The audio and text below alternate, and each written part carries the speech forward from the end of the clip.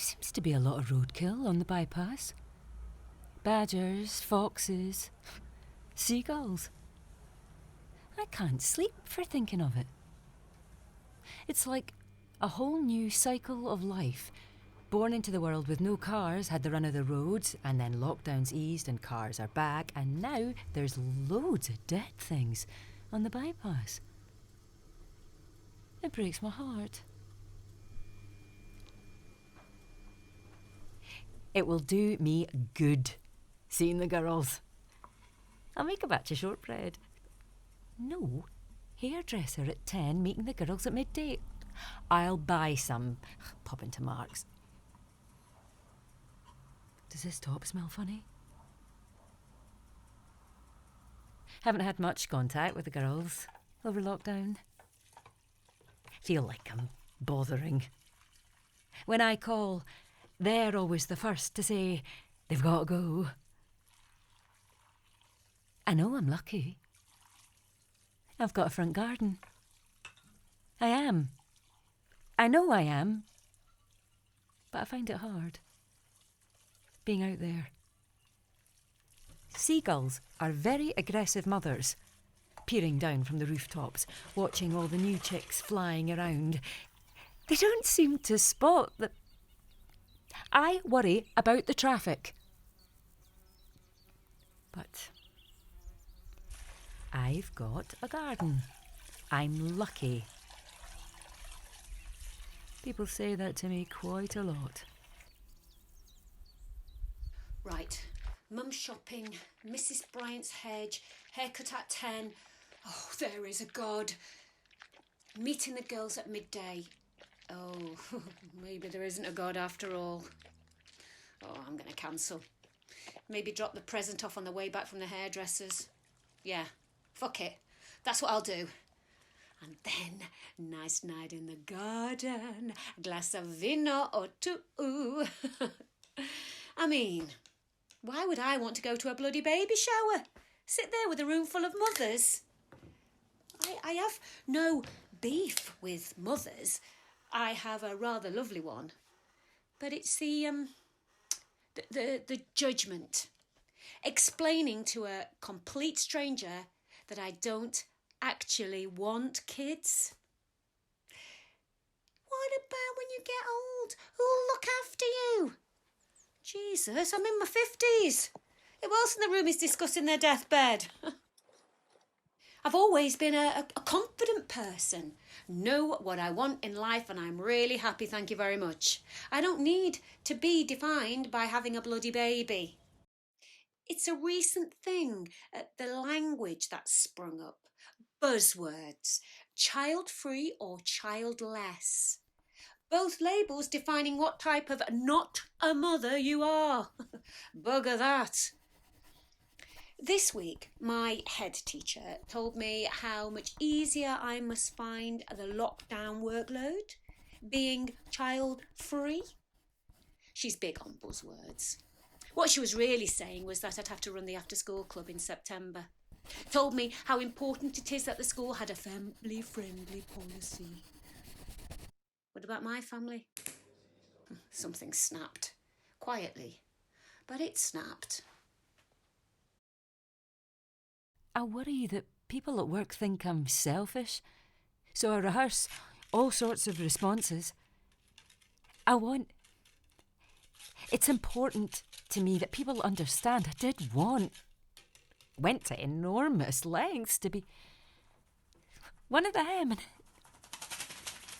cuts, really cuts, when they tell me I wouldn't understand, that they never really got life until they had a baby, how it's made them whole. And after a while listening to this huge gaping hole gets bigger and I feel like the useless fat elephant in the staff room.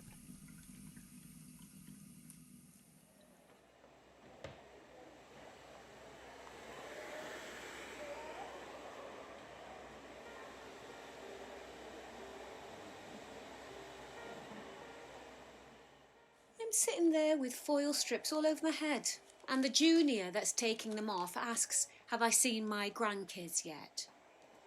I let the question sit for a while and I tell her I don't have any. Really? My mum's about your age and she's got 15. My mum's 64. I'm in my 50s. I don't correct her. And then she asks how many kids I've got.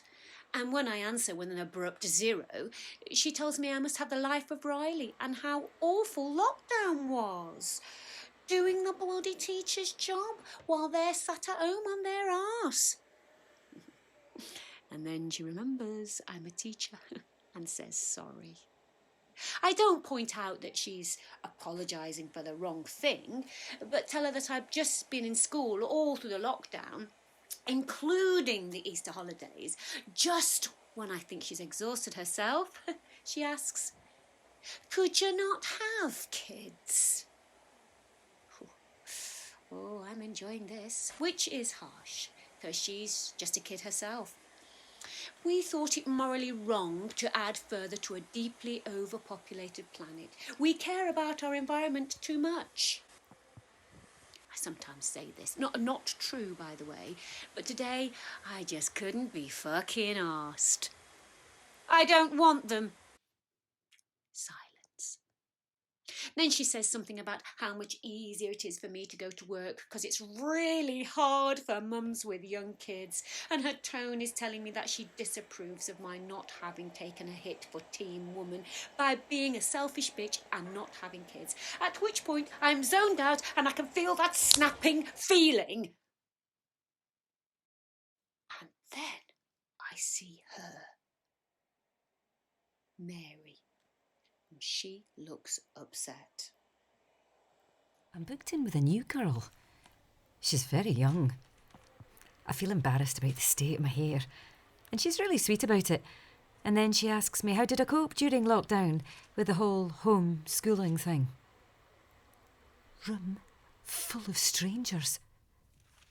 So I try to change the subject, explain that I've been working from home, but she persists, so I try to explain in hushed tones over the hair dryers. Unfortunately, didn't happen for me. We tried IVF, but she's pulling that face, the sad face. She's very sweet.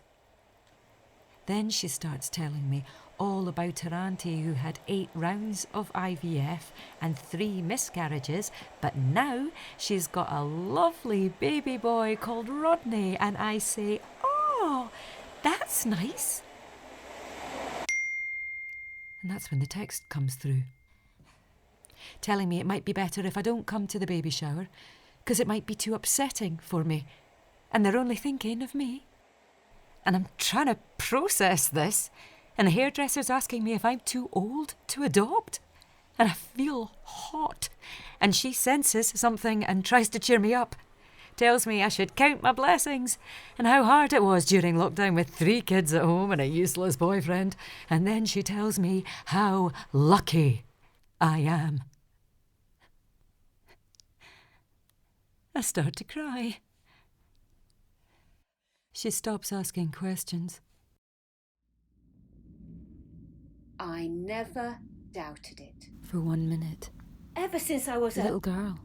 Never doubted it for 1 minute.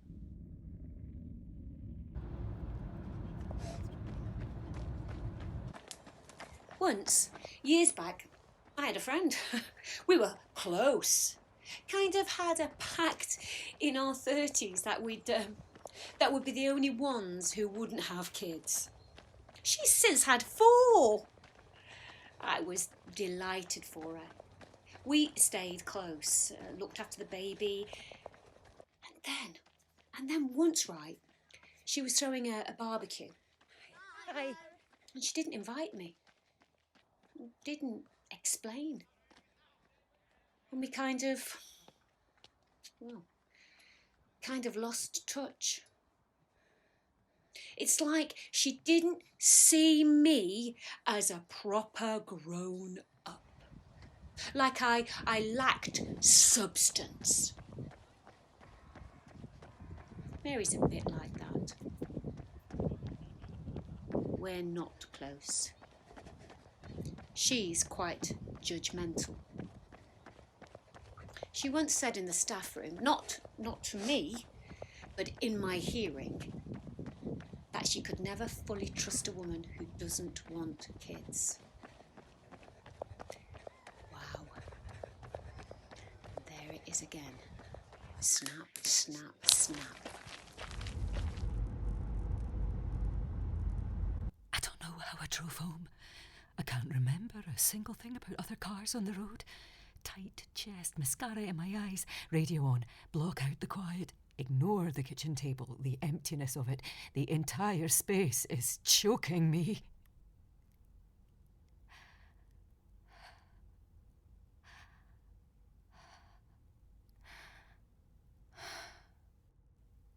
In the garden, the birds are quiet.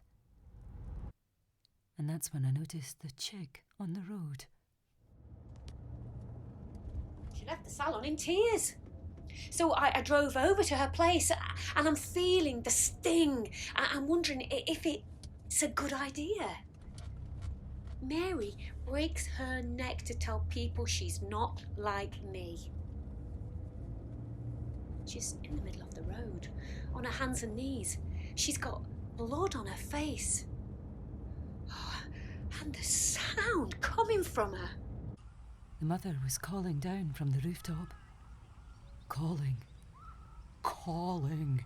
And I tried to block her out. After a while, there was a comfort in it. A familiarity. The chick was still breathing. I tried to pick it up, but they came at me. The screams of them swooped down from the neighbouring rooftops. I had to let the chick go. Dropped from my hands onto the tarmac. And the ground went numb. And the traffic went silent. And I just sat there with my arms over my head and I thought, I wish I could stay like this. Arms over my head. Block out the life I thought I'd have. Block out Tony and his new... And I could just crawl into myself. Literally. Head first. Linger around you. What could have been you? Lie there, inside myself, and hold the tininess of what could have been. Tell you how beautiful you could be, and coax you to grow, to breathe, to be. And then the image of you started to fade. And as you disappeared, the ground beneath me shifted, and it wasn't about having a child anymore, but about who I was, who I could have been. And I kind of let you go, my little sweet pea. I let go of you. And the guilt of it felt like the whole street came crashing down on top of me.